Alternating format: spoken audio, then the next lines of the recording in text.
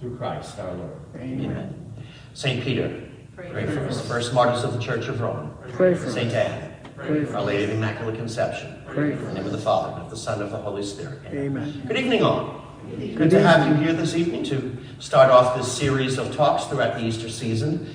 And just to explain to you where they came from, this was actually a suggestion that came from a couple of parishioners here in the parish who said, Father, we're often doing things spiritually for Lent to prepare for that, but how about if we did something during Easter where it could keep people connected, especially during the COVID. They could watch it at home if they're not able to come, and those who are able to come out. And it could also be a little bit of a fundraiser, and we just ask people to make a donation if they're willing to support the parish. So I was very happy to do so, and so Anthony Felicissimo here and myself are going to give 3 of the talks each, and then Freddie Carlson is going to give one specifically at the end about dealing with young adults in the church today. Himself being a young adult is the perfect person for that. So we do have here this box available if anyone would like to make a donation anytime. I see some of you have already done so, but it'll be out here each week, and if you're compelled to want to make a gift to us, by all means feel free to do so. It's obviously not required, but it is very much welcome. And those of you at home who are watching, if you feel like making a gift, you can just send it to the rectory and put attention lecture series, and we'll take care of it from there. Okay? So, with that, I thought about what would be a good topic to try to kick off this whole series, and I thought of our beginnings as a Christian faith. Not the immediate beginnings with Jesus and the apostles, but what happened just a few years down the line, about 30 years later, and affecting especially one of the apostles, St. Paul. And it's an absolutely fascinating period of history to look at, the 60s AD, when you had the Emperor Nero and the first martyrs of Rome, the martyrdom of the first Christians, and the death of St. Peter. And they all tie in beautifully, and they make a wonderful story. In fact, many movies have been made out of it. And so I think hopefully you'll find the discussion very fascinating. We're even going to end by talking about a little bit of St. Peter's Basilica and why St. Peter's tomb is where it is and why the Basilica is where it is. Now, in talking about ancient Roman things, one of the things we have to remember is that historians were not as accurate as they are today, although many of the things still seem to run in tandem. But there's not as much evidence as we would have today of so many different sources. Obviously, we don't have speeches left and all these different things. We have the writings of historians, and the Roman historians were pretty good at capturing things down.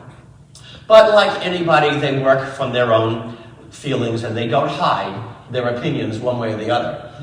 The major historians who speak to us about Nero are Tacitus, Suetonius, and Diocrasus, who was much later. And the one thing they all have in common is that none of them seem to have any love for Nero whatsoever. Nero was hardly a huggy, touchy-feely guy. But they put their own thoughts into it a little bit here and there. And there are sometimes differences of opinion. Sometimes it's legitimate just due to people remembering what happened years later and trying to remember who caused this, who said what. And sometimes it's due, again, to their own agenda, people trying to paint Nero as bad as they want him to be. But the thing about Nero we can say is I don't think his cause for canonization by anybody would ever be pressed, because even the most generous of historians towards Nero have to admit the guy was pretty mean and probably insane, or possibly insane. In order to understand Nero, we have to understand his mother, Agrippina the Younger. Agrippina was one of those conniving women, just like Jezebel in the Old Testament, really manipulative, scheming women that have to get their way. Well, Agrippina was one of those. She was, I think, the grandniece of Caesar Augustus. Caesar Augustus, of course, was the first emperor. After Julius Caesar was assassinated, there was 40 years of civil war, and eventually his grandnephew came along, Octavian, and he became the first emperor of Rome. So the Roman Empire began under Caesar Augustus, and he was the emperor when Jesus was born. And he was basically, by all definitions, the greatest of all the Roman emperors. In fact, he set the bar for all the others. And after him, nobody even came close to it for a long time. There were some later on. You could look at Titus or Trajan or Marcus Aurelius, who were some very good emperors, but many of the others were really an embarrassment to the Roman people. And Agrippina was, because at this point with the empire was being passed on, just like monarchies, to your eldest child. And so the eldest son or the nephew or whoever it may be, whoever was bloodlines the closest to the rightful heir to the throne, inherited it. And Agrippina and her family were always very close. They were part of the Julian clan, part of the people that were descended from Julius Caesar. But she never quite got her chance. And in Rome, a woman would never rule as the sole empress, like the Queen of England could do today. They didn't do that back then. So the best she could be would be the wife of the emperor. And her husband was a contender, but he died. And she realized she needed to have somebody she could manipulate in order to be in control of Rome. And so one of the things she did was go after the fourth emperor of Rome. Well, first there was Caesar Augustus, then there was Tiberius, then there was Caligula, who was crazy, and then there was Claudius. And Claudius was Agrippina's uncle. And she did what many people in Rome thought was the unthinkable. She convinced her uncle to marry her. She had been married several times before, had her son, Nero, by a previous marriage. Claudius had been married before, had his own son, Britannicus, and he was the heir to the throne. But she convinced her uncle to marry her. He married his niece, and I guess figuring that she could manipulate Claudius through him. Well, she wasn't very good at or successful at manipulating Claudius, so she decided, well, she had plan B. And that was to convince Claudius to adopt her son Nero as his son and heir. And Nero was older than Claudius's blood son, Britannicus, and that even though he was adopted, would still make him the heir to the throne. So he did. He adopts Nero as his own. And then all of a sudden, Claudius is found dead one day. All of the Romans accused her of poisoning him, giving him poisoned mushrooms at a feast. They say all of the symptoms clearly looked at mushroom poisoning. So here Claudius was dead, and Nero becomes the emperor. And Nero in the beginning was a glimmer of hope, because the last few emperors after Caesar Augustus were not all that great. Tiberius was paranoid, and he had a proclivity for young boys. And then you had Caligula, who was crazy, who made a horse a senator, and claiming that the horse was his most trusted advisor. Some people don't know if that was because Caligula was crazy enough to believe that his horse actually would give him advice, or if he was trying to insult the Senate by saying, "My horse is wiser than you are." But at any rate, Claudius was such a persona non grata that he was actually put to death by the Praetorian Guard, who stabbed him as he went to go to the bathroom at public games. Now, the Praetorian Guard is like the Secret Service to the president. And the people who were supposed to take a bullet in today's technology or language to defend they were supposed to lay down their life to defend the emperor. And here the Praetorian Guard actually assassinated the man they were supposed to defend. That's how unliked Caligula was. And Claudius came along, and Claudius wasn't bad, but Claudius stuttered when he spoke. So he would speak like that, and the people called him Claudius. Insulting him that way. But so when Claudius died and Nero came along, and he was young, and initially he looked like he might have a lot of talent. And he did a couple of things in the beginning. He was very popular with the people. He did programs to help bring food to the poor and everything like that. All sorts of wonderful things that made the populace immediately like him. But the Senate and the rulers of Rome, well, that was a different story. And there were a lot of problems there. Now, again, a lot of this is based upon what people tell us, the different historians, and what people even later have written about the reasons why. A lot of times trying to figure out the reasons why Nero would act the way he did is somebody's conjecture. One thing we do know is that he very quickly had a falling out with his mother. Agrippina simply decided now that my son is the emperor, he's going to be the puppet. And like a marionette, I'm just going to control the strings, and I will run Rome through him. And he pretty much said to her, "Thanks, Mom, but thanks for making me emperor, but I can handle it from here on. I don't need your help." And she wasn't too happy about that. She was not happy to just give over all the authority to her son. So there was a rivalry going back and forth. And when Nero was standing up to her and not allowing her to do so, and she was doing things, even minting coins with her image on it, showing that she was the de facto empress of Rome, well, things got worse and worse. And occasionally they'd have a rapprochement, and something would happen. They'd chill, warm the ice a little bit, but it never really lasted. There was still this animosity. And it got to one point that Agrippina even decided she was going to try to overthrow Nero and have him killed so that she could get Britannicus on the throne. She figured maybe she could manipulate Britannicus a little better than she could manipulate her own son. And Britannicus would probably be happy to get back the role that was rightfully his. Well, when Nero found out that this was happening, well, he went out and assassinated Britannicus, had him poisoned. So he was out of the way. So now his big obstacle is his mother, Agrippina. And things were getting so bad that at one point he knew he just had to get rid of her. As long as his mother was around, he was not going to be able to be an effective emperor. And he tried to make it look like an accident. He had his mother's barge, a boat that she would take from Naples out to Capri, because Tiberius had a beautiful palace on Capri, and it was a popular place to go. And he had the whole thing rigged that when she was out in the Bay of Naples, the bottom would fall out, and she would fall under the water and drown. And that's exactly what happened. The boat went out in the bay, and the bottom fell out. The bottom fell out. Agrippina fell in the water, but Agrippina swam to shore safely. And Nero was furious to find out his mother had survived. So after that, he says, after a few other things that are reported he tried to do, finally he sends his men and says, just kill her, will you? So they did. And one of the reports, when they went to kill her, normally the Roman way of killing somebody would be to stab them in the throat. And she says, she pointed to her womb, and she says, no, stab me here in the womb that bore such a monster. And Agrippina was out of the way.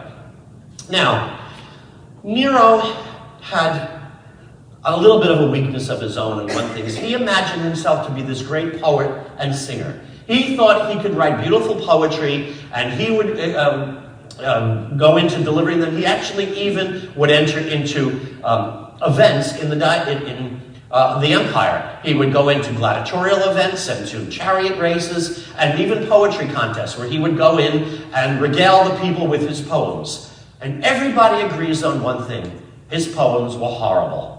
And according to some of the reports, whenever anybody knew, first of all, whenever Nero entered into a contest, he was automatically declared the winner. Because if anybody else was declared the winner, well, he and the judges would be put to death.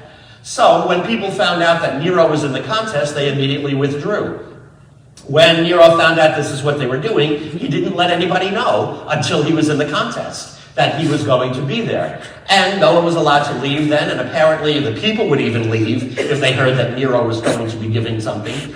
And so some of the reports say they actually locked the doors and didn't let anybody leave. So they found out, guess what, Nero's appearing. Oh, they wanted to leave. Nope, doors are locked, they can't leave. There were stories of women giving birth, that they weren't even allowed to leave to give birth to a baby, and others even feigning death, that the only way they could get out of the arena was to pretend they were died, born out of a stretcher, and then they'd go around the corner and run away. And this was the emperor. Also, the merchants of Rome were complaining that there was this band of hoodlums that were going around the city at night, pillaging and looting the city. And they appealed to the emperor to do something about it. And nothing happened. So finally, a bunch of the merchants decided to get together on their own. They said, we'll do our own little posse, our own little vigilante group, and we'll go out and we'll catch these young hoodlums, these young men that are going around destroying the city. And one night, they did catch them. And there in the midst of this band, wearing a red wig, was Nero himself. Nero himself was going out with his friends, destroying his own city at night. That would be like the President of the United States going together with a bunch of hoodlums and trashing places in Washington overnight. It'd be unheard of. So obviously, you had a man who had a problem. He also had a violent temper. We already saw that with him killing his mother. But one of his wives, Poppaea, in a fit of rage once, he kicked her down the stairs while she was pregnant, and she died and miscarried the baby. Later, he regretted that, and for the rest of his life, he kept thinking that he was being haunted by her. He was seeing her all over the palace. So he had these bits of hysteria, bits of mania. Lots of people have suggested things of what may have been the situation with Nero, what his psychological situation could have been, or food poisoning of some sort or whatever. But be that as it may, he could do good things, but he also could be pretty cruel. Now, there's lots of different books that are written about that, okay? Two of them that if you want to read more on this, I'll recommend to you. This one here, these are both my own copies, you can see I've used this quite a bit. The Flames of Rome by Paul Meyer. Paul Meyer is a Lutheran pastor who writes what's called historical Historical fiction, I think, is how he breaks it. Basically, he makes a fictional story but places it in history, and nothing in the story contradicts the historical facts. So he will create in that book, you'll hear, characters that he's made up. So he does it. They're fascinating stories. They give you a good bit of history, but you do have to remember that within the midst of all this, there's a soap opera going on, and some of the people, even the main characters, are fictitious. Okay? The other one is one of the most famous novels of all time. They say the worldwide #1 best-selling novel of all time, Quo Vadis, by Henryk Stankiewicz, a Polish author. And this has been attracting people for years since he wrote this. In fact, there was even the movie starring Peter Ustinov as Nero that was made from this. And it's, he goes through a lot of historical evidence to try to put it together, so there's nothing that's blatantly contradictory in this book. What things that are told in novels and are told by the historians are fact and what are fiction, and where do they blur together, is hard to know all the time. So I'm going to tell you the story largely the way Henryk Stankiewicz tells us of what happened with Nero and the first Christians. Okay, you could read other things online somewhere and saying, "No, Father, I heard somebody disagreed with you. They said it was really this way or that." Maybe, we don't know. Okay, it's kind of really hard to know from ancient history the absolute facts and what were people's imaginations of people who just because they didn't like Nero. But at any rate, here is the situation, according to especially what's written in Quo Vadis, which is, he prides himself on the historicity of what he wrote. In Nero's court, Nero was the type of person, apparently, that would listen to his advisors to an extent. He was the type of person that any answer he had to think up on his own. So you didn't tell him, Nero, this is what you should do. If he said, we got a problem with this, what should we do? I suggest we do this. I suggest we do that. No, he wouldn't tolerate that. He had to come up with it. So the court had to manipulate him to try to think he came up with this. So, we have a problem and, there's a lack of bread in a certain province that's they're not growing the wheat. Well, surely, divinity, you in your mind have already discovered that the best way to deal with this is to do this, this, and that. Right, divinity? I'm sure that's what you've already come up with. Yes, that's my idea. That's exactly what I wanted to do. That type of personality. You had to give him your idea but make him think it was his own. And there were two men in court. One was the head of the Praetorian Guard, Tigellinus. And another one was Petronius, who was a senator. And Petronius loved Rome and knew that Nero could do good things. Nero was trained by Seneca, the famous philosopher. And Seneca knew that Nero could have his good side. And he could do very many good things. But he also had that other side that you had to work around. And it was a real political football game. A real juggling act, if you will, to try to keep Nero doing the right thing. Petronius cared about Rome. Petronius loved Rome. Tigellinus loved Tigellinus. And all he cared about was, as long as Nero was in power, he had good graces. He was the head of the Praetorian Guard. And he would tell Nero whatever Nero wanted to hear. And if anybody disagreed with Nero, you probably were going to face your death. Well, here's the story that's told at one point. That Nero is in his court and he says to them, "The muse is upon me," which was an expression that meant he has a new song that he would like to share with his court. And they all went, "Yes, divinity, we'd love to hear your song. Please sing it for us." They couldn't enter the doors. It was too late for them to get out. And he went on and on with this poem he had written about the burning of Troy during the Trojan War. And when it was finished, he turns to them and goes, "So, everybody, what did you think?" And Tigellinus, true to form, says, "Bravo, divinity! The best thing you've ever done. My hat is off to you. Wonderful." "Oh, thank you. You're too kind." Tigellinus. "And Petronius, what did you think of my..." Oh, and by the way, Tigellinus and Petronius were arch rivals. They absolutely were enemies. So he turns to Petronius and says, "What did you think?" And Petronius says, "I didn't like it, Your Excellency."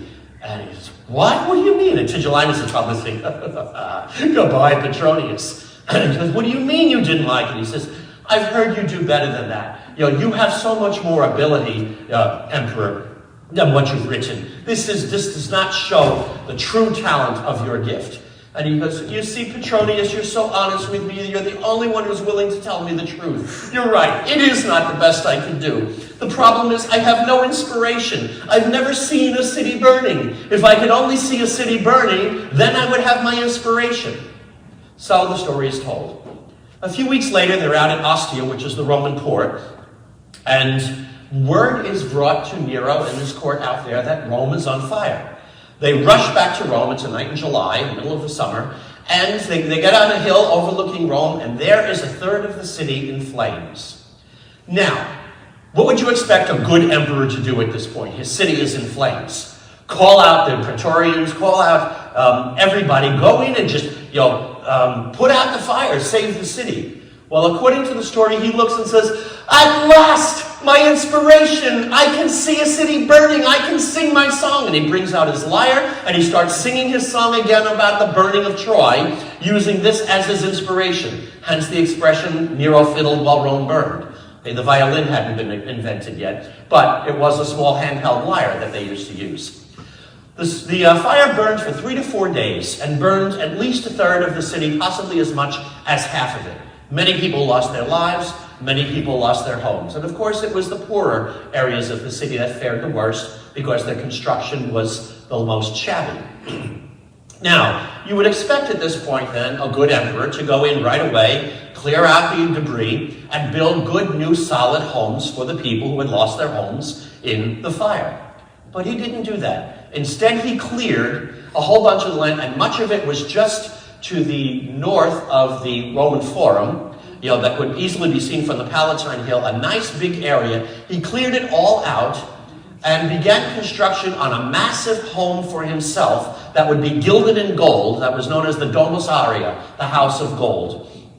And it had over 80 rooms in it, including an octagonal dining room and aquariums and places where people would be showered with rose petals and perfume while they ate. And out front, he diverted one of the aqueducts to fill in an area that he made a lake in front of his house where he could have little mock naval battles and float ships on it. And in front of the entrance, he made a huge statue in bronze of himself as the Colossus, like the Colossus of Rhodes, himself as Helios, the sun god.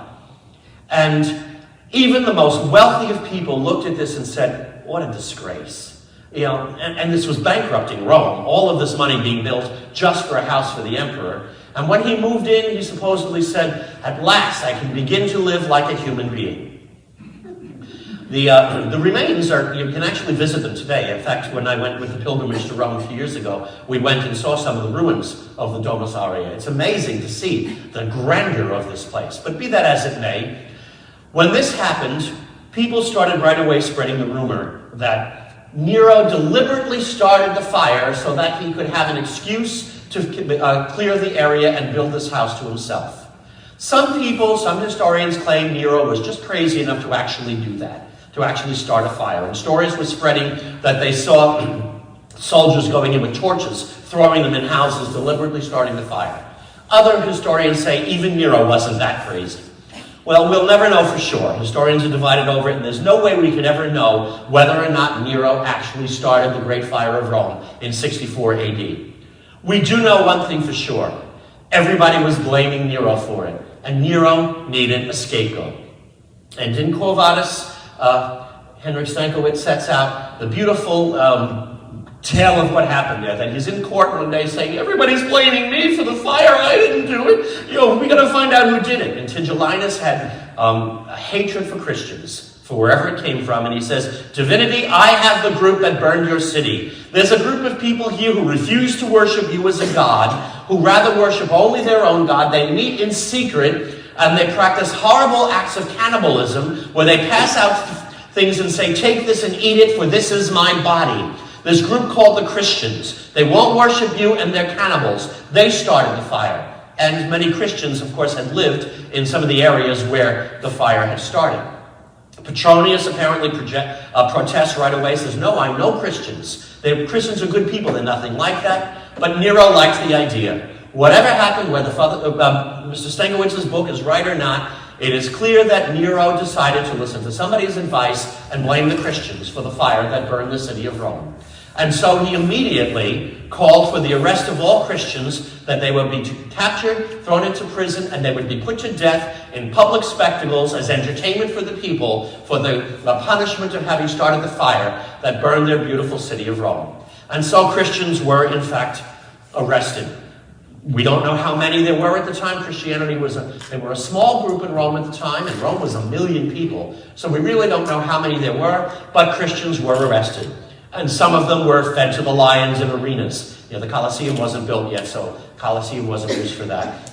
The Circus Maximus, many of the other arenas certainly would have been places where Christians were put to death. Sometimes they took even children and covered them in sheepskins and hung sick, hungry dogs on them to devour them alive, leopards and other animals. A story about one woman who was tied to the horns of a bull, and the bull, trying to get rid of her, eventually goring her to death. Another, that Nero had a dinner party one night in one of his gardens, and he had Christians crucified and covered with tar, and then and put on fire to serve as human torches, burning to light the gardens while he had his party. And this was going on and on, day after day. The Christians were being made to punish for the fire that destroyed the city of Rome. And of course, the Roman people, life was cheap to them. They were used to gladiatorial games where they fought to the death. So it really didn't matter to them. Well, this was going on. And of course, one person who was in Rome at the time was St. Peter. St. Peter had been staying with a wealthy senator who had converted and become a Christian, who let him stay in his house on the other side of the city of Rome. And that's where Peter was, we basically say, the first Vatican. You can see some of the remains of the church to this day of this man's house. And the Christians came to Peter while he was there and said, Peter, you have to escape. You're too important. You can't remain here in Rome. So, apparently Peter appointed Linus to be his successor as the next bishop of Rome, and he greeted the people farewell, and then left going out the Appian Way, the road on the southeast of Rome, going out all the way to the port of Brindisi. And the story is told, a very famous story that many people know, that gives the book its title. On his way out the Appian Way, he meets Jesus walking the other way carrying his cross. And Peter says to him, where are you going, Lord? In Latin, quo vadis, Domine? And Jesus says to him, I'm going back into Rome to be crucified again. And Peter realizes that Jesus was saying to him he did not want him to leave Rome and instead go back in and suffer for his people. To this day, there is a small chapel on the Appian Way that you can visit fairly easily. It's not all that far. It's right near the catacombs of San Calixto that many pilgrims would go to. The little church of Quo Vadis. And in there they have these marble slabs on the floor with two sets of footprints in them. And one of them looks like it's got footprints with a nail mark in it, that they were the footprints of Jesus as he spoke to Peter. They know it was actually marble many years later, so it's a nice pious legend to believe those are the actual footprints of Jesus. But nevertheless, it marks the spot where allegedly this happened. We know Peter did go back into Rome, and he was arrested and probably thrown into the Mamertine prison, a horrible prison on the Capitoline Hill in Rome. And eventually, he was put to death as the leader of this group of Christians. And he was taken out by Nero and ordered to be crucified in a circus that he had on the other side of the Tiber River on one of the hills that was not one of the 7 hills of Rome, the Vatican Hill. And there was a circus out there that Nero used to go to just for his private races and things. It wasn't really open to the public, not much room for spectators. But he would go out there once in a while and practice his racing. And he had Peter taken out there and put to death. And Peter, by his own request, asked to be buried upside down to show that he was less than Christ, because he said he did not deserve to die the same way Jesus did. And so Peter was martyred out there on the Vatican Hill in Nero's circus.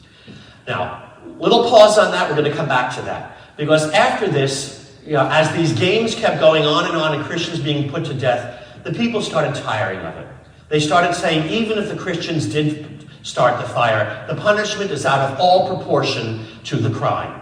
And so eventually the persecutions had to end, and Nero, little by little, started falling out of power with the Senate, until eventually he was declared a public enemy by the Senate and was forced to commit suicide. And when he did so, he had to kill himself. His reported last words were, what an artist dies in me. The myth that he was a great artist to the very end. So, now one of the benefits we might say about the Great Fire of Rome is that before the Great Fire and the persecution of the first Christians, how much of Rome knew about who Christians were? Probably very few. They were a small group, maybe only a few thousand people in a city of 1 million. After that, you couldn't be in Rome and not know who Christians were. So the martyrdom of the first Christians helped people be aware of the faith, and it was the seed for the further spread of the faith that ultimately the Roman Empire, which during the first 300 years used all of its power to try to wipe out Christianity, not only failed to wipe Christianity out, but eventually embraced Christianity as its official religion. Embraced as its official religion, the religion it tried with all of its might to wipe out. So in the meantime with that, when Nero was a persona non grata, he was thrown out, the emperor, the general Galba came in, and then after that was known as the Year of the Four Caesars. They had a hard time until the Flavians came in, that they finally have stability again into the 70s AD. But during that time, anything that reminded people of Nero was destroyed. So his whole Domus Aurea was covered in. Eventually they built a bath complex on top of it so that it would be underground, and it was, of course, higher up, but people after a while even just forgot that Nero had his house under there. And they drained the lake the artificial lake he had made, tore down the statue of him as the Colossus, and eventually the Flavians, when they came to Titus, Trajan, that whole family, who were pretty good emperors, they built an amphitheater on the site, which technically is known as the Flavian Amphitheater, and that's the name of the building. But people just gave it a metonymous name because of the statue that used to stand there. The one where Nero's statue of him as the Colossus stood. So they named it for that Colossus, and it became known as the Colosseum.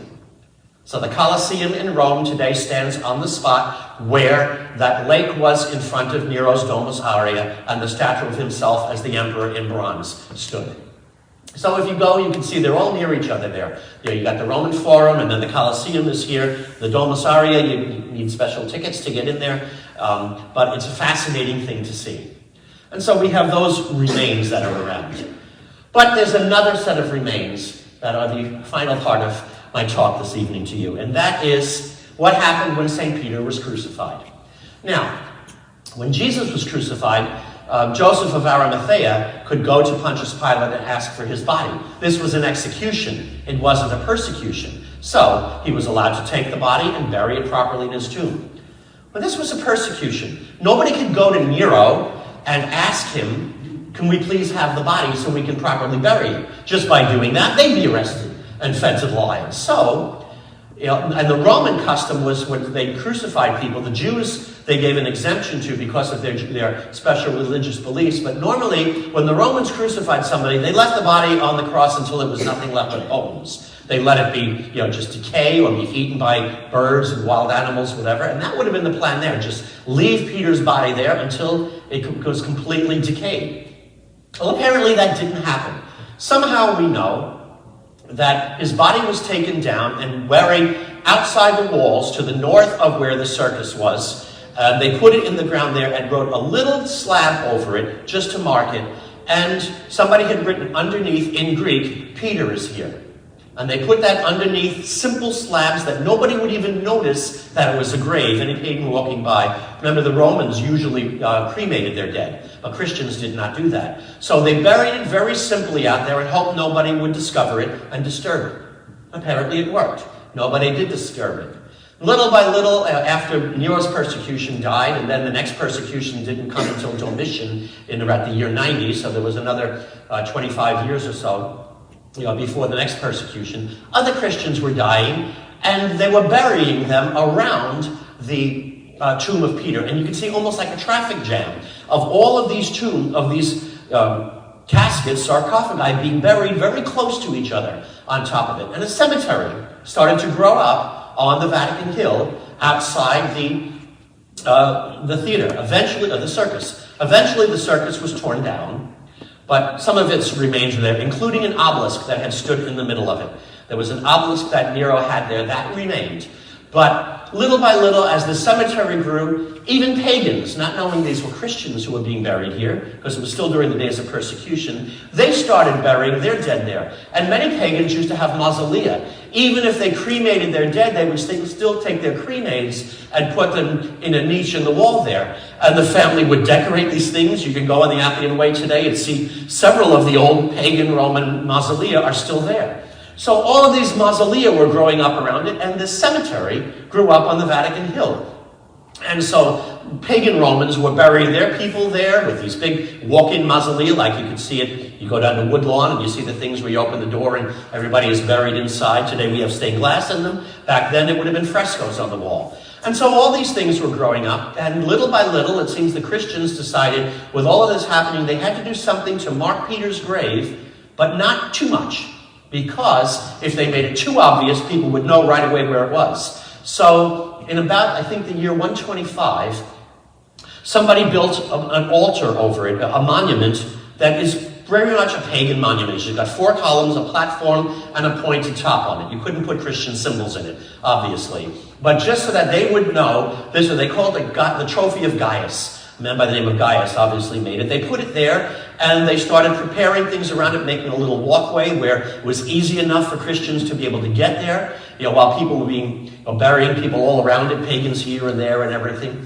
And this cemetery grew up, and it grew and stayed that way until Constantine came along. And in the early part of the 4th century, Constantine, after Diocletian, who ran the Great Persecution, trying to wipe out Christianity, it was like the showdown at OK Corral, around the beginning of the 4th century, the year 304, about there, 304 to 308. He finally decides, if I don't do something about these Christians, they're going to take over. They're becoming too populous. So he called for the Great Persecution, just arresting Christians and anybody who was even accused of being a Christian, take them out and put them to death. And Christians died during 8 to 12 years of this persecution at a horrendous rate. But by the end, Diocletian had to end it. Galerius, the guy who had run it, took very ill at one point, and he thought it was the God of the Christians getting back at him. So he ended the persecutions. And then Diocletian abdicated the throne. And now we had a civil war for who was going to be the next emperor. Maxentius, who was a general who was there, a pagan, declared himself to be the next rightful emperor in Rome. But from the north, one of the generals, Constantine, felt, no, I want to be the new emperor. He brought his armies in to march on Rome and battle with Maxentius to see who would become the next Roman emperor. Sometime before the battle, Constantine had a vision where he saw a glowing cross in the sky, and he heard the voice say, "In this sign conquer." He immediately had his soldiers emblaze the cross on their standards, on their shields, and instead of going in with the Roman eagle, as would have been the thing they were done, instead they went into battle against Maxentius at the Milvian Bridge, a bridge in the north of Rome. There's still a Milvian Bridge there, not the original from Constantine's time, but there's still an active bridge there. And they went into battle under the power of the cross, and he won a complete victory. Maxentius was drowned in the Tiber River, all of his soldiers were killed, and Constantine walked into Rome as the undisputed emperor. And one of the first things he did was issue an order of toleration, allowing all religions to be accepted. One thing people, they misunderstand, he didn't make Christianity the official religion. That came later. He granted toleration in the Edict of Milan to all religions. It was no longer against the law to be a Christian or a member of any other religion. So now Christians could finally come out in the open. And Constantine, so grateful to God for giving him the victory, and his mother was a pious Christian, St. Helen, he decided to start building churches all over the place, paying back Christians for all the harm they'd had during the days of the persecutions. And so, one of the first he did was give a plot of land he owned on the southeast part of the city of Rome that had once been owned by the Lateranus family, that had been confiscated during the time of Nero. Lateranus was caught in a plot to overthrow Nero, and when that happened, their land was confiscated, they were all killed and their families with them, their bodies thrown in the Tiber River, and Nero got this property. And it came to Constantine as his own possession as part of his wife's dowry. So he decided to build a beautiful church there as a cathedral for the Pope at the time, as his site as the Bishop of Rome. And so he built the first church in the Lateran property. Originally it was in the name of the Holy Redeemer, and then it was eventually named St. John, in honor of St. John the Baptist and John the Evangelist in the Lateran.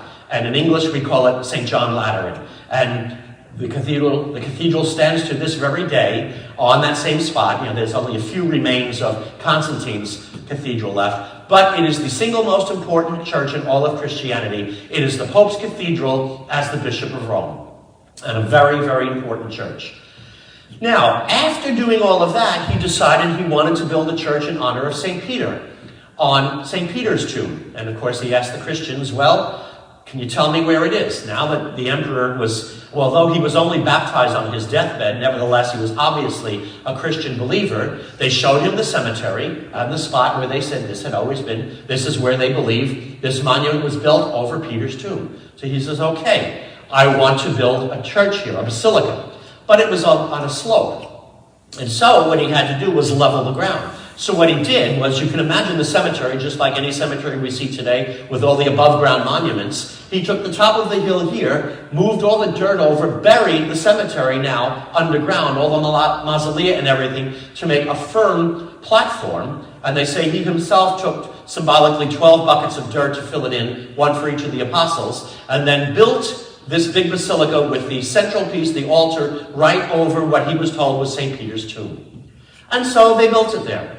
And that was the first St. Peter's Basilica, which lasted there for 1,100 years until the 1400s. And many a famous thing took place there. It was a great site of pilgrimage in the earliest days. And what ended up happening was, by around the year 1400, it was having some serious structural problems. It was 1,100 years old, and they had scaffolds holding up the walls and everything. And the Pope called in all sorts of architects and everybody to look at it, and the answer they all came back was with the same thing. They said, it's too far gone. There's no way to save this building. And you have to do something, because all you need is a bunch of pilgrims praying at St. Peter's tomb and having walls collapse on them, and you'll kill thousands of people. No, you've got to tear this down and build a new one.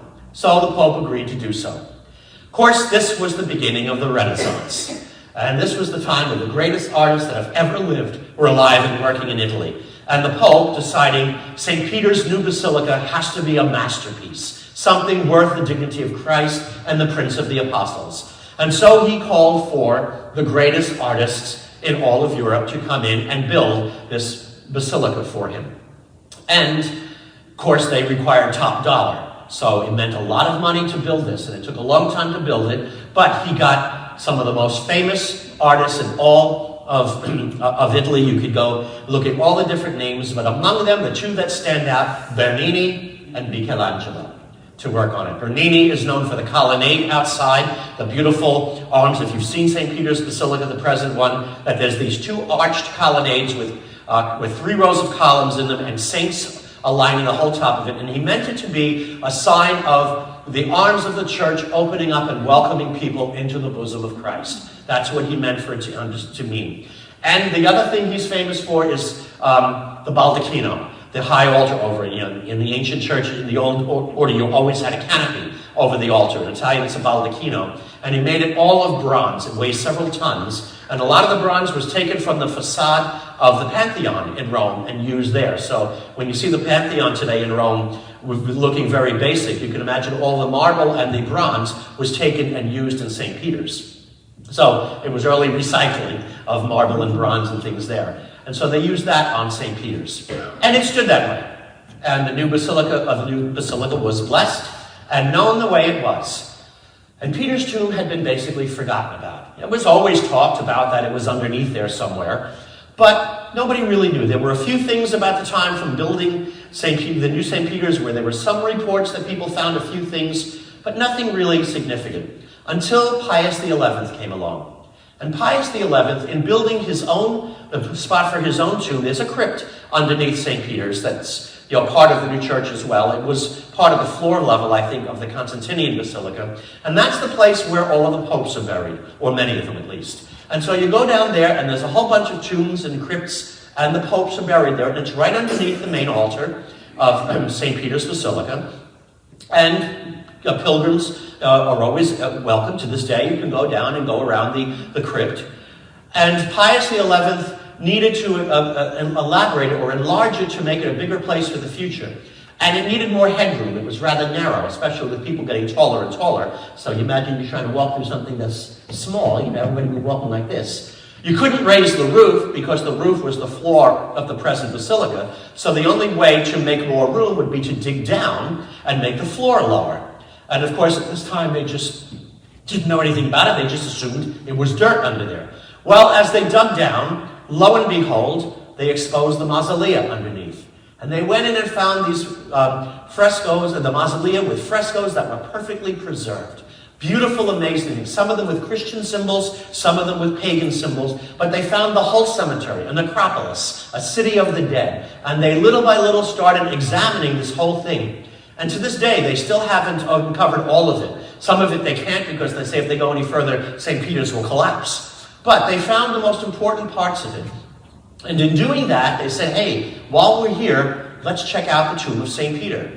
And sure enough, they found the trophy of Gaius. Some popes after that had built altars on top of it. So there were several altars, ultimately now up to the main altar that the Pope celebrates Mass at. There's other ones underneath it. And then there was the trophy of Gaius, over which underneath was where Peter was originally buried. And somebody had built a sustaining wall. Apparently, in all that work we were talking about, that somebody came in and the monument was kind of falling over. So they built a sustaining wall just to hold it, so that it wouldn't collapse. And there was a lot of graffiti on the wall.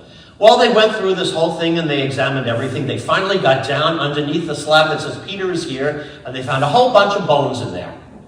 And they took the bones out, and they were all excited to say, we found St. Peter's bones in his tomb. And eventually they did work on the bones, and discovered they were the bones of several women and of a young boy. And disappointment. Because they said, you got to be kidding me. After all this time, it wasn't St. Peter buried underneath there. We got the wrong grave after all of this time. Well, eventually, a doctor who was in charge of the whole thing, Dr. Marguerite Guarducci, she remembered something that she had seen while she was there in the excavation. In that graffiti wall, they had found a little niche that had been carved. And they found some bones in there. And they just put them in a wooden box and put them on a shelf in the Vatican archive, where they sat for about 10 years, just labeled the bones from the graffiti wall. And she decided, let's look back at those again. They took those bones out and found out, first of all, there was dirt on them, which means at one point they had been interred in the ground. They also found fragments of purple cloth and gold thread. Obviously that these things had once encased something very important.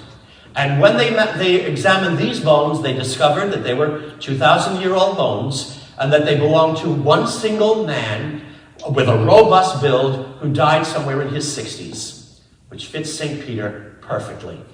And they realized what happened. They wondered, well, how the heck did these bones end up in the wall? And this is what we figure probably happened. During the persecutions, Christians were afraid that if the Romans, the pagans, came in to desecrate St. Peter's tomb, they would cart his bones away and desecrate them. So they decided to put a dupe in. They took Peter's bones out, wrapped them in purple cloth with gold thread, put them in the graffiti wall, sealed them in there, and put other bones, whatever they got, into the tomb there. Apparently nobody ever disturbed the tomb, so the Rus bones stayed there until they found it back in the 50s and 60s. And when they did discoveries on the bones that were found there, they found there were bones of every part of the body except for one. There were no bones from either of the feet. And that was an interesting thing. And it made the Pope say right away, that's a telltale sign that we definitely have the bones of St. Peter. To this day, no one has ever given an official explanation. There's been suggestions, but to me, it's almost a no-brainer. That they say basically, remember something about Peter's crucifixion. Peter asked to be crucified upside down to show that he was less than Christ. And I was reading one thing that said, well, the Romans wouldn't mind just, taking a saw and cutting it down and not even bothering to go up and get the nail out of the legs. I think there's an even more logical explanation of that. The Christians did not want Peter's body staying there until it would decay. So they snuck in at night to steal the body. Who knows, maybe if it was the same night or a few nights later when there was no attention, they went in to sneak it down. Now, since they're going by themselves, they can't go walking around with ladders that they're going to need to get to the nail at the top to pull it down. They're only bringing things that they could disguise or hide in their clothing. So pincers to remove the nails, a saw, little things like that they could hide in their clothes. So they went in, easily pulled the nails out of his hands, but then to get the feet, well, they reached up as high as they could and just sawed his legs off and left the 2 feet hanging there and buried the rest of his body. That's what I think personally happened. But it makes perfect sense. Why would you have a body with body parts, with bones from every part of the body except the feet? To me, that's pretty much proof positive. And Paul VI ultimately came out and officially said, we can say for certain that St. Peter is buried where he was. And now when they did all the excavations, they took St. Peter's bones. A few of them they put in a beautiful reliquary that they've given to the Pope, that Pope Francis keeps in his private room. Imagine, the Pope is able to have some of the bones of St. Peter in his personal possession. But then the others they put right back in his tomb in plexiglass boxes in the little niche in the graffiti wall. So they put them even back there, not down into the original tomb. And today, if you get permission to go to the excavations underneath the Scavi, which we did 3 years ago when we went to Rome, and I've seen many times, when you go in, they bring you at one point, and they shine a little laser down there and say, these are the bones that were found. You actually get to see St. Peter's bones. So, fascinating. When we think of Nero's ruins are now just a bunch of ruins, and Peter's, is the splendid Basilica. And you go from Peter's persecution to the Christians to St. Peter's. Oh, and the new Basilica, one of the things you may notice, if you've been to Rome and seen St. Peter's, the beautiful obelisk in the middle of the piazza, that was the obelisk that stood in the spine of Nero's circus. Much of St. Peter's Basilica and the piazza are on top of the land where the circus was. You can even see a map that says St. Peter's was here and the circus was probably right about here. And there's even a spot where they tell you that this is where they most likely believe the obelisk stood. And the Pope, when the new Basilica was built, had that obelisk run around to put in the center of the piazza with a piece of the true cross at top. And so when you see that obelisk, we can remember that St. Peter looked at that obelisk when he was being crucified. And with the election of, was it Pope Benedict? It was either Pope Benedict or Pope Francis. I remember they were talking about Cardinal George. I don't remember when he passed away, which pope he was alive for. But there was a story, and people covered it, on the balcony of St. Peter's in the loggia, where they come out and start when a new pope is elected, and they say, Habemus Papam, and they give the name of the new pope, and then the new pope comes out and gives his first blessing to the people. The cameras caught Cardinal George standing there with a look on his face. And they asked him later what he was thinking of, and he says, I know exactly what I was thinking.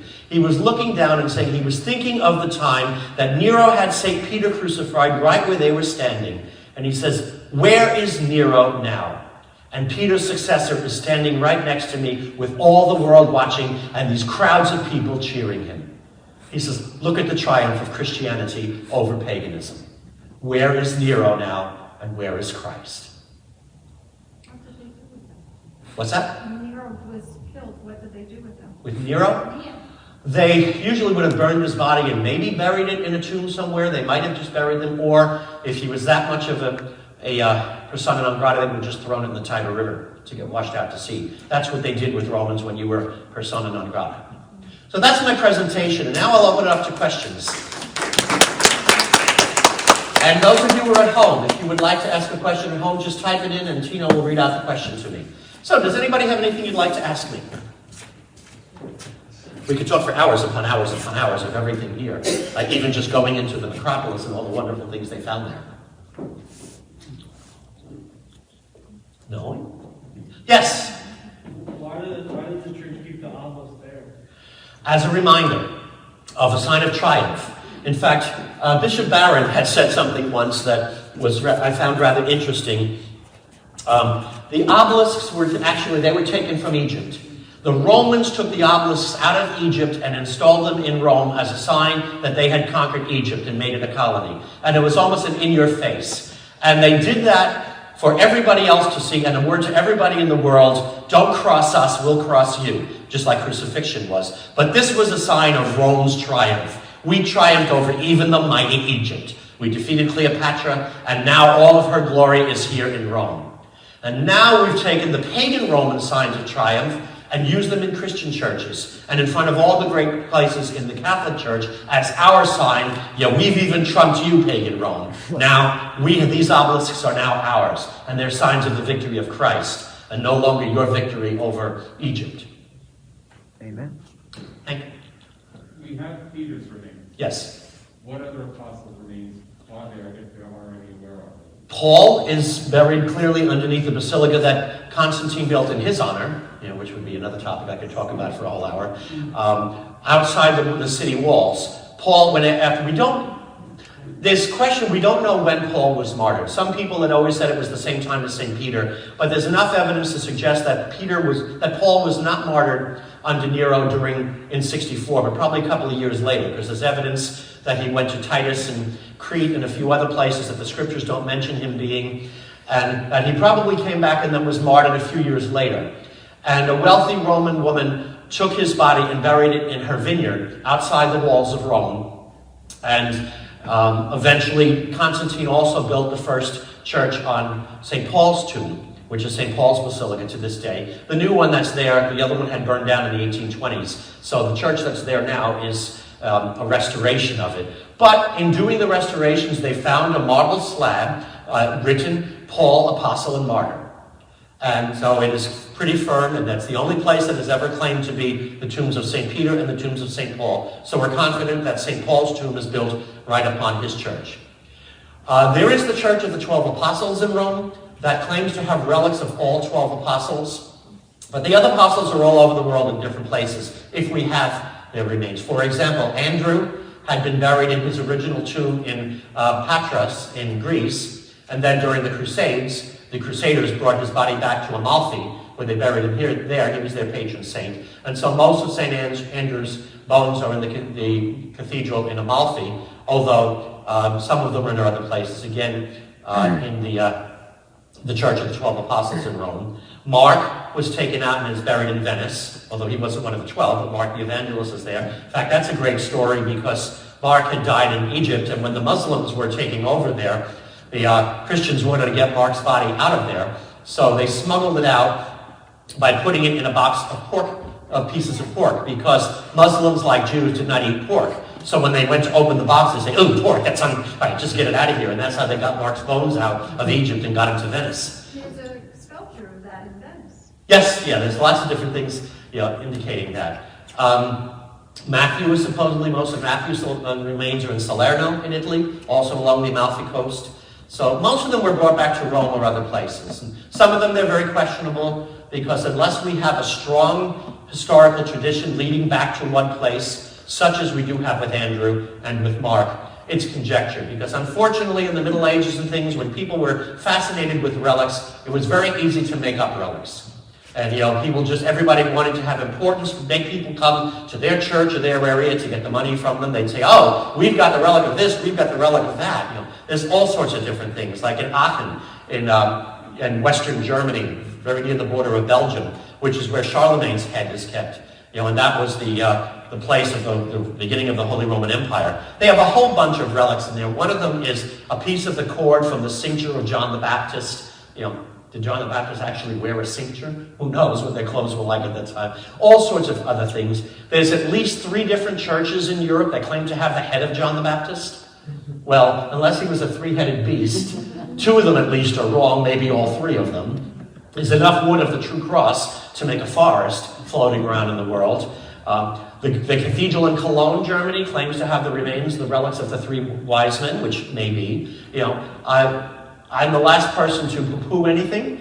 I try to be neither skeptical nor gullible to automatically think, if legend says this, it must be true. Because there are some legends that are so crazy that people have made up because they didn't understand. But they may very well be true. Especially when there's no other place in the world that claims to be the source of this, or where that is. Like even when you go to the Holy Land, there are only one place that have credibly ever been venerated as the site of Golgotha, the site of Jesus' tomb, the site of Jesus' birth, the site of Mary's house in Nazareth. So the fact that nobody else tried to come up with anything else over the years, we know from the earliest days, these are the places where the Christians were worshiping. In fact, even in one, the tomb of Jesus in the 3rd century, the Roman emperor, the local guy, did us a big favor, because while Christians were worshiping there as the site of the resurrection, he decided to build a temple to Saturn on the site, figuring it would violate it, that Christians wouldn't worship Saturn and would keep them away.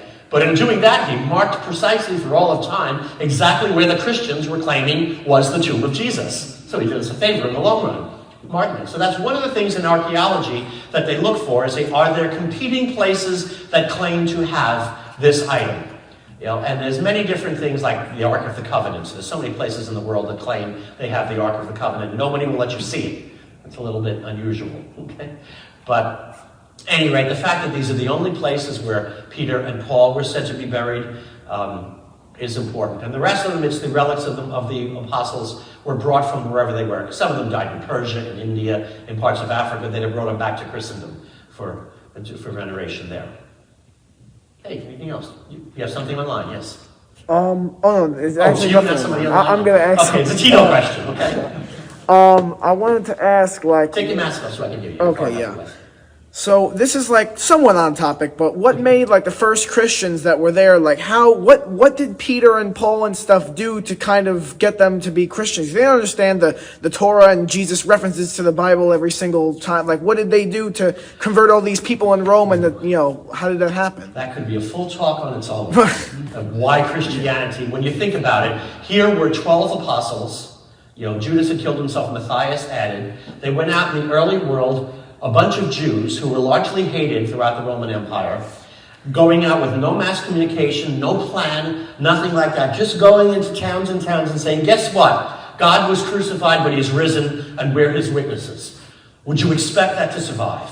No. No, but it did. Many different things that have to do with that. First of all, most significant, the person of Jesus himself. Okay, the charisma of him and the message that people gave, that the Christian message was so different from all the ancient pagan religions. I mean, Rome was actually very tolerant of religions, the Roman Empire. There were mystery religions coming in from the eastern provinces almost daily. And Christianity was just another one of those mystery cults that they had coming in.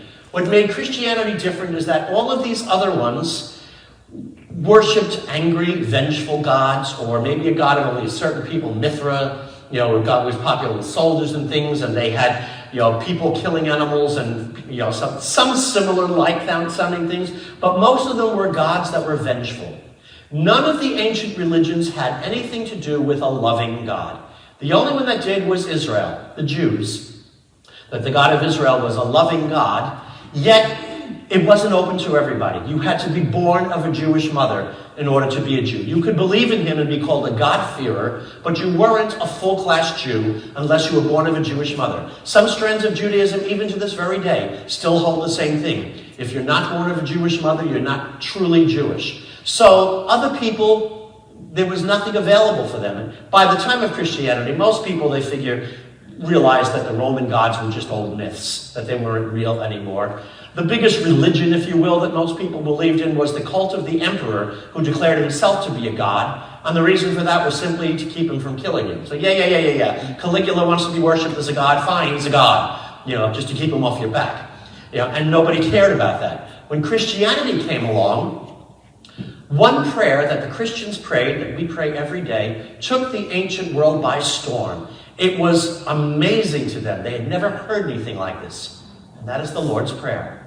We call it, the Lord's Prayer, translated Pater Noster, our Father. But especially when they understood the Hebrew word that Jesus used, when he told his followers, when you pray, say Abba, which was the literal word for daddy. It says, when you pray, say daddy. Just like a little child, you imagine a 6-year-old girl whose father comes home from work and she goes, daddy! And goes jumping in his arms and gets a big hug. That was the relationship Jesus told his followers to have with God, daddy. And that he loved everyone enough to himself take on flesh and die for our sins, to bring us to be with him by baptism and giving us his body and blood as food, that we'd be part of his risen body, and now we could inherit heaven with him and would reign in heaven with Christ. None of the ancient religions talked about anybody reigning with the gods, only that the gods would treat you well if you were good enough, if they even believed that. And so this was a breath of fresh air. Finally something, and it was open to everyone. You don't have to be born of a Christian mother. All you have to do is embrace Christ and be baptized, and you become a full believer. That, accompanied with, they saw the Christians, how they cared for each other, how they cared for even other people. One of the emperors said, he goes, the Christians put us to shame because they provide meals for poor people and widows and stuff that we should be providing them, and we don't do. And the Christians do it on a regular basis, the first ones to have a Meals on Wheels program. And in another situation, there had been a persecution of the Christians, and then every time a persecution went on, what usually ended it was there was a famine or a plague or something like that, and the emperor thought, oh, the God of the Christians is angry at me, so let's stop the persecution and let's curry favor with him. And in one of them, the Christians that were there there were pagans now who had been persecuting them. Now they were suffering from the plague. And the Christians went out and were bathing their wounds and taking care of them. And some of them said, I don't get this. We were just recently trying to kill you, and now you're ministering to our needs? You should be rejoicing and seeing us get what we deserve.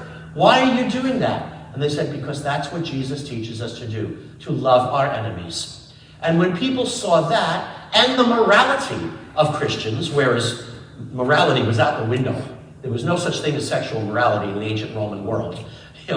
Unless you were a wife. If you were a man's wife, you had to abide by a strict code. But a Roman man could relieve himself however, whenever he wanted, with anyone he wanted. And, brothels and things like that were commonplace. Christians came along and taught the sanctity of marriage, that husbands and wives remain exclusively for each other. And their moral life helped people to see, finally, a breath of fresh air. This is something that makes me feel good about myself, which is why I've always felt that St. Paul did so well in Corinth. You would think, when you read the Acts of the Apostles, Athens was the open-minded city where people would come from all over to debate and listen to each other and talk, and Paul does the same thing. He gets up in the Areopagus and he's teaching and telling everybody all this wonderful stuff about Jesus, and the response was meager. Just a couple of people followed him.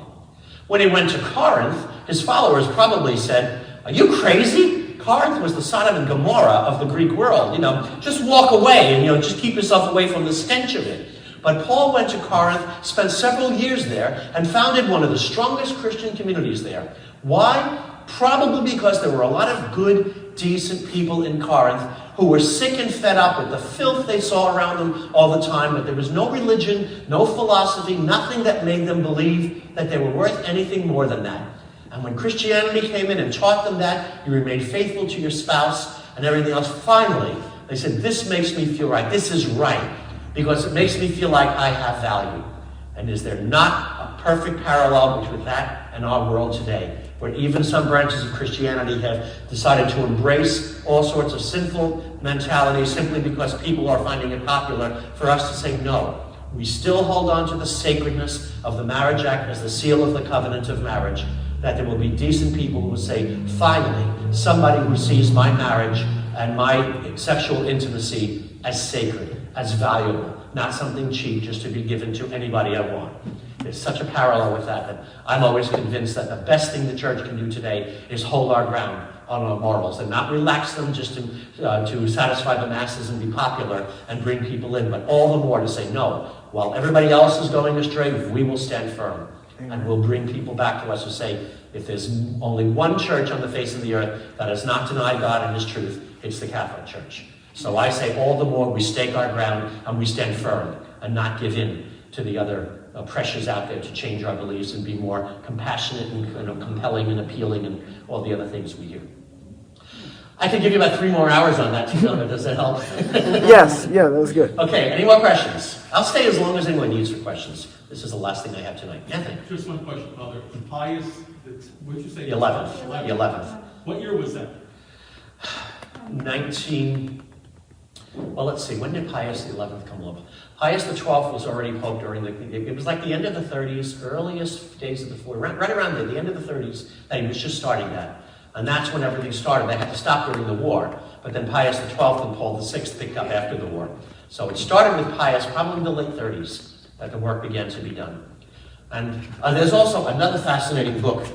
I think this one is still in print, because I had another one that was out of print, but this one The Bones of St. Peter, John Evangelist Walsh, is a thorough and complete description of everything, of all the people involved, and lots of beautiful pictures of the necropolis underneath, which is a fascinating thing. If you ever go to Rome, see if you can get permission to go to the scavi, the excavations underneath St. Peter's, where you actually go under and you're walking around in the old necropolis through the mausolea and everything, and on the streets that were open air at the time but now are buried 2 floors underneath St. Peter's Basilica.